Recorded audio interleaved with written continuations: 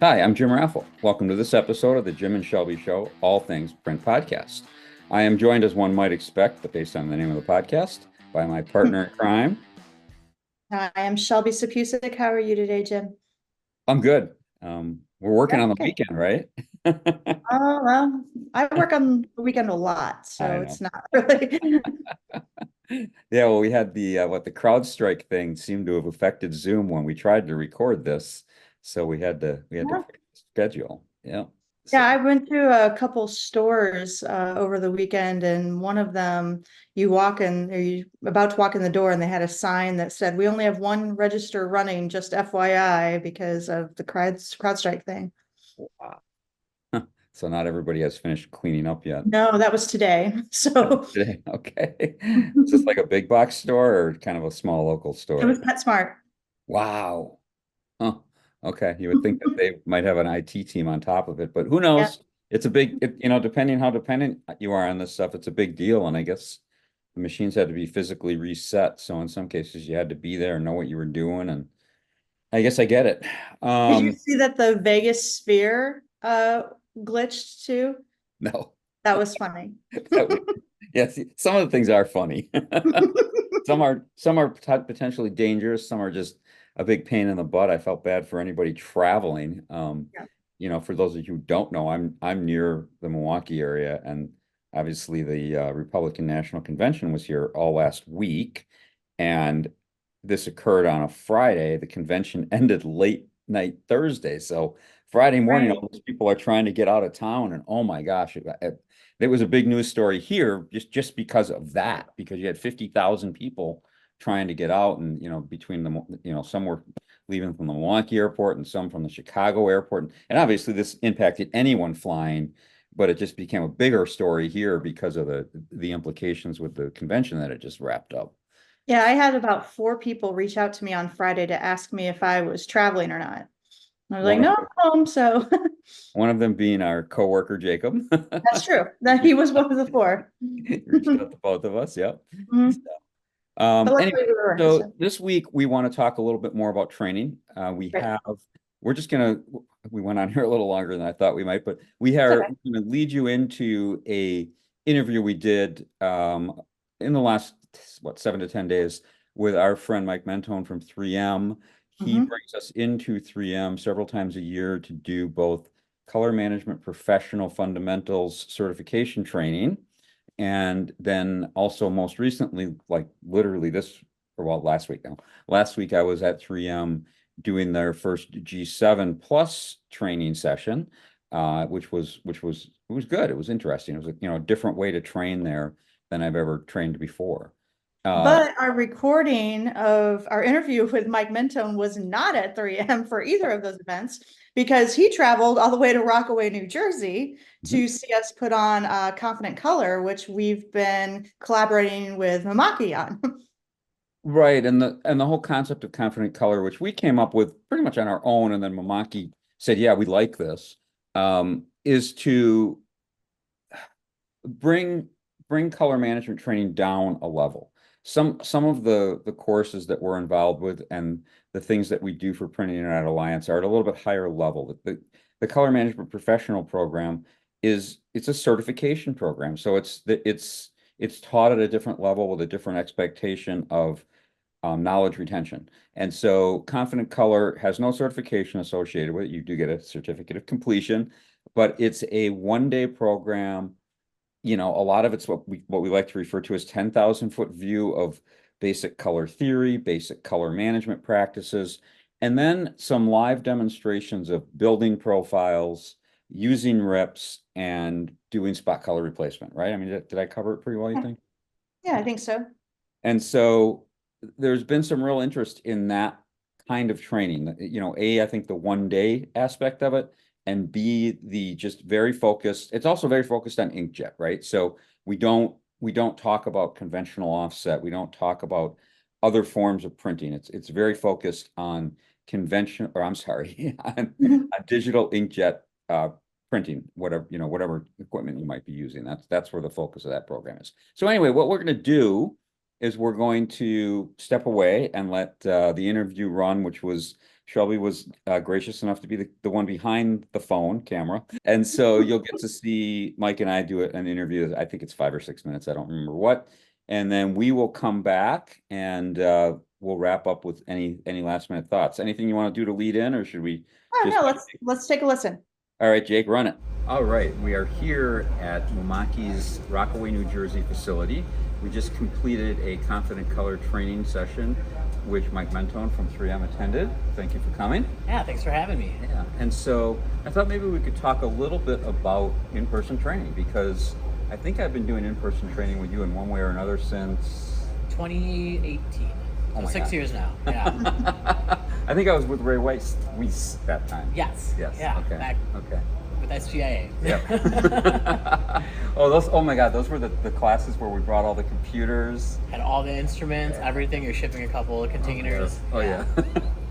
I sort of miss it and I sort of don't. Streamlined now, but Oh, it's is. still Yeah. still great having color casters coming in doing the color management professionals training on the 3M campus. It's great to be able to come to a wide format printer vendor and being in their training center and having the training here. You know, it was really helpful having you here too, because there was someone who had a potential film application, and it's like, I mean, we know that like refer them to you, but it's entirely different to hear you stand there and go, oh yeah, we have a film that can do that. And these are great places, that in-person meeting, that's where you can make that connection, and it's really good FaceTime. So you mentioned the training is streamlined. Now that's an interesting concept. So you did get to see the full-blown, hands-on, in-person, which like I honestly did love doing those. They're just a lot of work, and they Yeah. never really worked out, honestly, for a lot of reasons long-term, and definitely not post-COVID. When you say streamlined, what do you feel is better, different? Let's stay away from worse. I mean, what do you think's improved by streamlining the process? I like, like this class being one day, Okay. a mix of classroom and hands-on, and then with the, color management professional certification that we do at 3M, we do, that first day of all classroom, and then second day with the hands-on. It does move a little faster by we're not sharing, Right. spectros and laptops and having to make sure everyone's software is working. Right. If people want to drive the equipment, they can, but by just having kind of one thing to focus on, it really helps keep the class moving. Yeah, and I heard the common thread there is the classroom, and not necessarily hands-on, but demonstration where people can get involved. And I have noticed even at 3M, I know sometimes you have more people in the class who want to come up and work the I-1, and other times you don't, and it's just like you kind of got to go with that, which is fine. Yeah. But yeah, that common thread of a little bit of classroom, a little bit of hands-on / demonstration really seems to be a pretty good mix right now. Oh yeah. Yeah, okay. Absolutely. That's good to know. Yeah. And so when you compare this one-day Confident Color to some of the other training we've done, it's obviously meant to be, I don't like the word lower level, more 101, more entry level. Yeah. Do you think we accomplished that? Oh yeah, absolutely. For an introduction to the importance of color management and profiling and spot colors, I think this is great for people to get their feet wet on it, and if it's something that they want to pursue, then there are more avenues with, color management professional certification, and then maybe, G7 as an expert. There's a path forward. Yeah. Which next week I'll be in. Before this even gets published, we'll be at back 3M. in Minneapolis. Yeah. And what do we have? 18, 19 people coming in? I believe 17 people will for be doing a G7 class. G7 Expert Plus. I think it's the first in-person plus course. Okay. So yeah, Looking forward to it. Yeah, I'm looking forward to it as well. It's the first time going through a whole new slide deck. Looking forward to renewing my expert certification as well. Oh yeah, that's right. You let it expire, right? Yes, I Okay, did. well, you'll be able I to. know, bad on me, but I do think that this has kind of woken people up. It's like, oh, it's going to be evolving and changing. We should probably stay current. Yeah. And I think that's another theme of training in general. I mean, you think once you know everything about color and color management that you're done, and it's like, well, no, I teach this stuff, and I'm still constantly learning. I mean, I spent 6 hours going through the G7 Plus training myself with Don Hutchinson and the rest of the expert trainers, and it's like, oh, you really did change some stuff. I mean, I'm looking forward to teaching it, because there's some real changes in areas that were deficient that people had complained about, and it's still got to get out there and be tried by a whole bunch of people. But the early the early feedback is that it solves some real problems. So it's fun to be part of something new. Well, new, yeah, it is new, yet an extension of something I already know a lot about. So, yeah. Yeah, looking forward to it. Seeing what's new with it. All right. Anything else you want to add? I'm good. All right. Yeah. Thanks, Mike. All Appreciate right. you coming out. Yeah, thanks for having me. Yep. So there you have it. That's our interview with Mike Mentone from 3M. Do you have any closing thoughts on that, Shelby? Um, I actually had a question for you. First of all, let's say thanks, Mike, for taking the time. We work with Mike throughout the year, so it was nice of him, when he was traveling this time, we weren't at his home base, to take, time at the end of the day before he left the Mamaki facility to sit down and talk to us for 10 minutes. We appreciate Mike doing that. But I had a question for you, Jim. Yeah, this is kind of a weird situation. Maybe I'm remembering wrong, but do we normally have this kind of training back to back over the summer? I mean, first we did Confident Color, then you were on site doing G7 last week, and then this coming week you're doing G7 training live and online. That's 3 weeks of training I don't think I've in the ever middle of summer. I don't think I've ever done this much training back to back to back ever. Now Mhm. there was some consulting work stuck in the middle there at the back half of that first week. But no, I mean this is and I got to be honest with you, um it's tiring. I mean I'm kind of wore out and I'm glad I'm doing the live online training this week from my home office, and it's only 4 hours a day, so I can continue to get caught up on sleep a little bit. But yeah, it's a lot. I've always said that the training part of this business is easier than the consulting, and what I really mean by that is when you go out and you do on-site consulting, there's a lot of unknowns. I mean, you don't always know exactly what you're going into. You don't know if things are going to work out. I mean, training is training, you deliver it. There's some unknowns as well, and there's still can be technology issues and things of that nature. But for the most part, you have a pretty clear mission, right? You've got content that you need to deliver, and you need to deliver it like last week at the G7 expert training, G7 plus, I should say, expert training. You need to deliver it in such a way that the people taking the course will hopefully pass the test. I know at least one who already has. His name is Mike Mentone. Yeah, Well, congratulations, Mike. he reached out to. It's a research for him, but yeah, still that's cool. Yeah, still. As an instructor, it's always great when the first person passes because you're like, okay, I didn't mess it up too bad. But but yeah, I mean, it's a lot when you train that much. And it's a great point you brought up. When you train that much, when it's all you're doing pretty much for 3 weeks, Mhm. it's as tiring as doing consulting. Sure. And I think what's happened in the past is I viewed the training as almost a break between consulting, and it was not so much it was a break, it was just different. And it'll be interesting next week, the week after I do the online training, I fly out to Salt Lake to do some in-person consulting, and it'll be interesting if that feels like a break. Yeah. Now I've Well, been training. we did have some consulting work in between. After we did Confident Color in New Jersey, we flew to Texas and did a couple days of consulting work. It's just that was in the same week. So the 3 training sessions were 3 weeks. And I've just slept in a lot of hotel rooms over the last 2 weeks. So Mhm. and sometimes, that can be a hard part of that can be the hardest part of this job sometimes, believe it or not, is the life on the road part. But yeah, I mean, I really like the training piece. It's very different than doing consulting. And I don't know how else to describe it except it's different.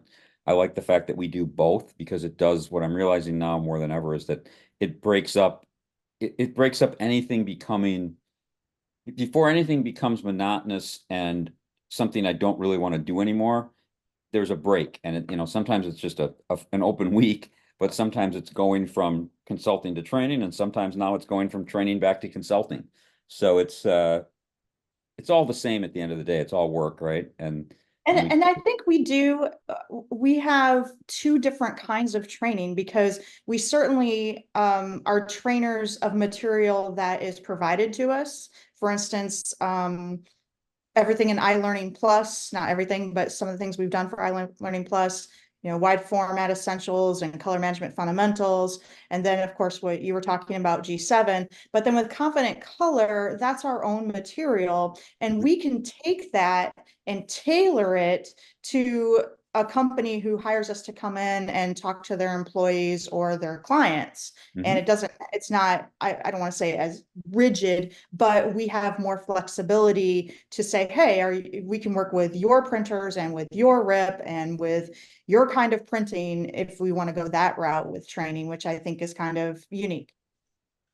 And then I guess the other thing we should talk about is we've got some pretty big opportunities coming up. We will be at the UV Energize event in Nashville, put on by PDS Equipment, which is the first week of September. And then so there, if you haven't signed up for that, registration is still open. You reach out to either one of us. We have been sharing the registration links on social media.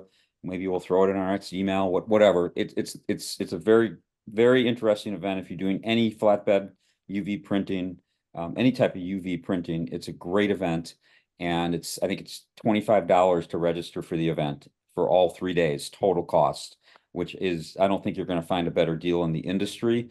Obviously you have to cover your own costs to get there and get a hotel and such, but the event itself only costs $25, and it is full of educational opportunities and a mini trade show with both PDS and about 25 or 30 partners like us who fill out the trade show. So great opportunity. If you can't get to the next week in Las Vegas, the second week of September, is Printing United Alliance. Well, Printing United Alliance show, I guess, is what it's actually still called. And we'll be there as well doing educational sessions. So you can come see us for free for all practical purposes compared to the cost of attending these training courses, and get some of our knowledge that we can get to you in like an hour-long session. Very soon, I will be sending out an email and having on our events page the things that we're going to be doing at both of those events. We're still trying to solidify a couple of things, so that should be coming pretty soon, I think. Great. All right. Well, thanks for joining us this week. Shelby, you have anything else you want to add? Or That's it. I'm going to get back to my weekend. Yeah, me too. And we will see you next episode.